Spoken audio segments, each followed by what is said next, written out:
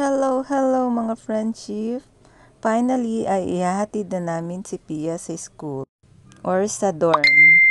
But this time ay magko-commute kami para matutunan niya na din ang mag-commute papunta sa school. Kaya tinry na namin ngayon dahil bukas nga ay simula na ng klase nila. Dahil walang diretsong biyahe papuntang Kabuyaw, kaya ang bus na sasakyan niya ay yung dadaan ng Turbina. LRT man yan or Alabang or Cubao, basta dadaan ng Turbina. Ang pamasahe ng estudyante, PWD or senior ay 55 pesos from San Pablo to Turbina. And then pagbaba mo ng Turbina ay sasakay ka naman ng jeep papuntang SM Calamba Crossing. 12 pesos naman ang fare. Then pagbaba mo naman ng terminal ay doon ka na rin sasakay ng jeep na papuntang Pulo, Kabuyaw. 20 pesos naman ang pamasahe per head. Pagbaba mo naman ng Pulo ay sasakay ka naman ng tricycle papuntang school. 15 pesos per head kung may kasabay ka. Pero kung wala, solo ka lang ay 60 pesos. At almost 1.5 hours nga ay nandito na kami. At depende rin yon sa traffic, minsan ay mas matagal pa ang biyahe. Holiday din kasi ngayon kaya siguro medyo maluwag. At pagkadating nga namin dito sa dorm ay inayos ulit namin yung iba naming mga dala-dala. Talagang marami siyang gamit dito, lalo na yung mga damit kasi wala silang uniform. At pagdating nga namin sa room ay meron na siya mga dorm mates. Halos taga Laguna and Quezon. At magkakaiba rin sila ng course. At pare-pareho silang mga first year college. Halos lahat nga ng pangangailangan niya ay binigay ko na, inasikaso ko na. Para naman kapag nag-iisa na siya doon, ay medyo kampante naman siya. At wala masyadong alalahanin. At every time nga napupunta kami dito ay ini-introduce na namin sa kanya yung mga iba't ibang kainan na pwede niyang puntahan. Bukod sa kantin ay yung marami ding kainan dito sa labas ng school. Para marami na rin siyang choices at mapupuntahan. Para hindi masyado nangangapa. Kasi syempre, ganun talaga ang baguhan. At ayan nga, pauwi na kami. Nililingon ko pa siya. Nasaan na si Tia? Talaga. Grabe ka.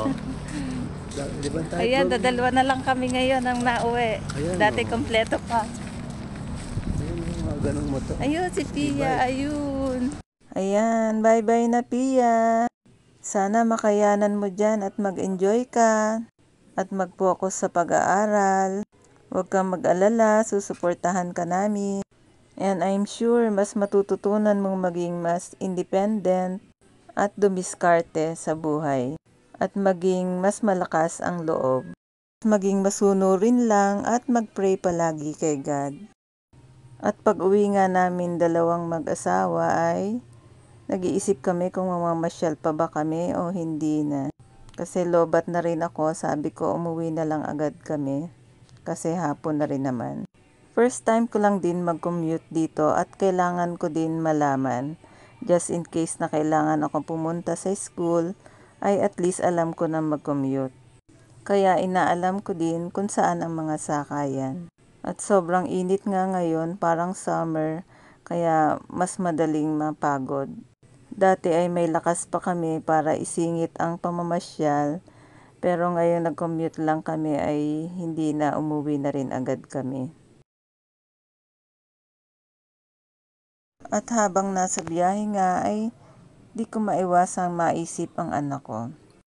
Na sana ay makayanan niya lahat at matuto rin siya mag-ingat lalo na kung magbabiyahe siyang mag-isa. So ganun lang talaga siguro ang mga magulang. Ang iniisip natin ay yung kapakanan at kabutihan ng mga anak.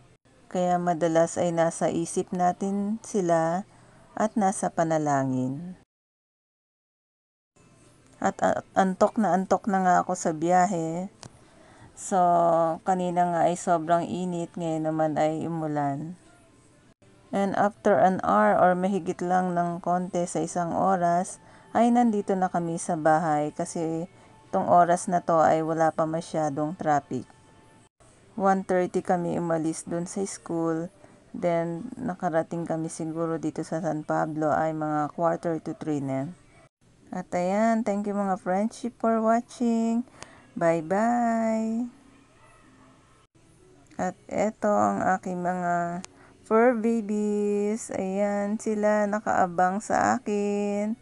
Yan ang mahilig sumalubong sa akin. Yan, tatlong yan. Si Yuna, Gucci, and Alexa. Mga babies ko. Always excited kapag darating ako.